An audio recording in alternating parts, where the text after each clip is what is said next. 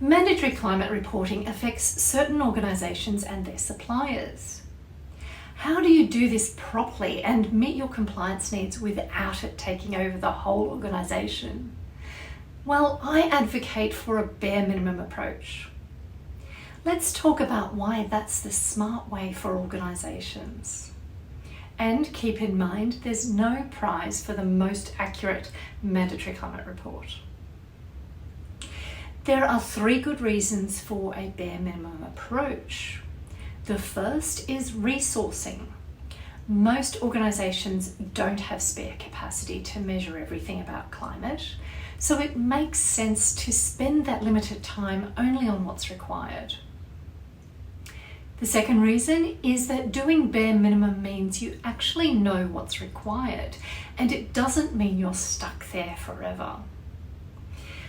Once an organisation knows exactly what's legally required, it can choose to go further if that's useful, as a deliberate choice.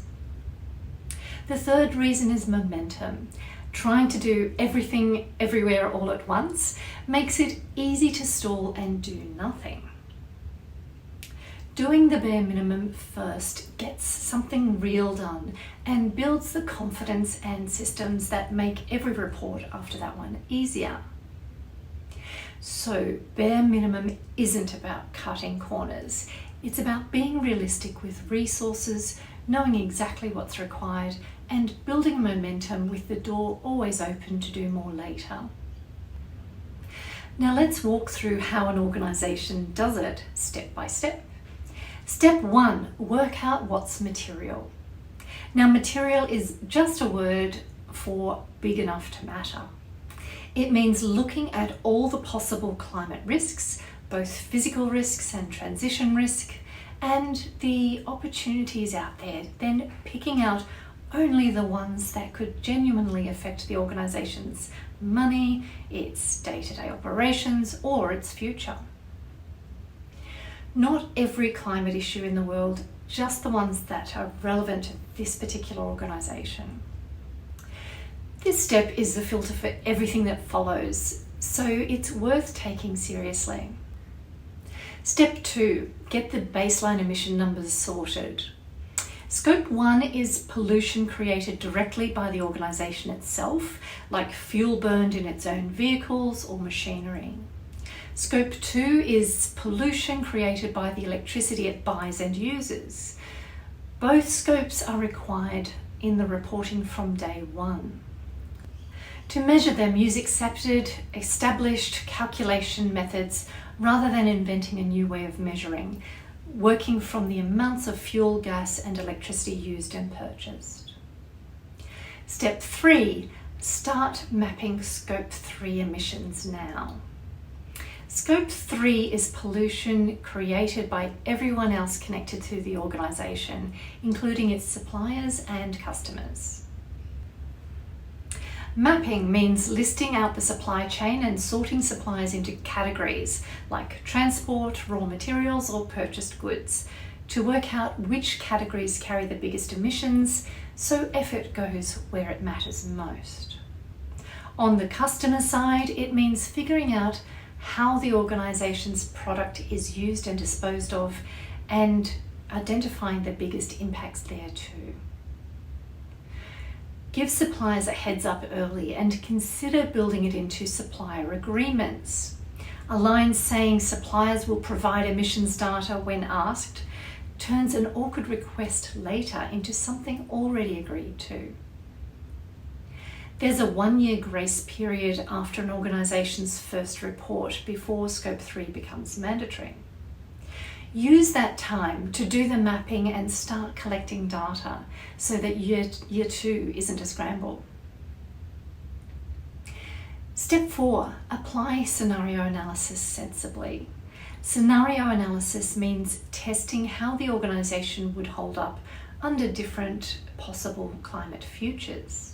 At least 2 scenarios are required, and one must be consistent with the most ambitious goal in Australia's Climate Change Act 2022, keeping warming to 1.5 degrees above pre-industrial levels which means the average global temperature back in 1850 to 1900.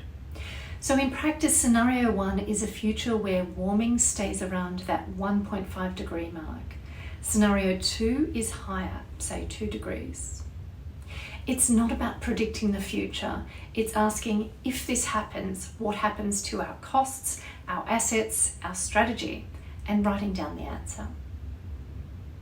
Existing published scenarios from bodies like NGFS or IEA make this easier, so organisations don't need to build their own modelling. And honestly, nobody can tell you exactly what a 2 degree warmer world means for your organisation, and that's okay. It's your organisation's genuine, reasonable best estimate using published scenarios and your own best judgment. Now, a couple of tips alongside those steps. Organisations can lean on industry information, measurements already used by similar organisations in the same industry, instead of starting from a blank page. There's also a 3-year safe period for forward-looking statements like scenario analysis and transition plans, meaning genuine good faith attempts made early that carry reduced legal risk. And always get proper advice for the organisation's specific situation. The exact requirements depend on its numbers, industry, and structure, so a director, accountant, or assurance provider should confirm the specifics. One more thing worth knowing, the data gathered for the mandatory report doesn't have to stay locked inside the official document. It can be passed on to suppliers and customers who ask for it. It can be used in marketing about the genuine work being done on sustainability. And it can be used internally to make real improvements, like changing procedures or staffing. The mandatory report is one output. The data behind it keeps working well beyond that. So here's the bottom line. 4 steps get an organisation there. Work out what's material, get the scope 1 and scope 2 baseline sorted, start mapping scope 3 now, and apply scenario analysis using your best honest estimate. That's it. That's the bare minimum done properly. I recommend doing it this way. It's smart, it's manageable, and it gets you moving. Remember, directors sign off on this like their financials, so focusing your efforts makes sense. Give yourself some grace, use your best estimates, and do the best you can within the time and resources you have. If you haven't started yet, start now, even if your organisation isn't technically required to report yet.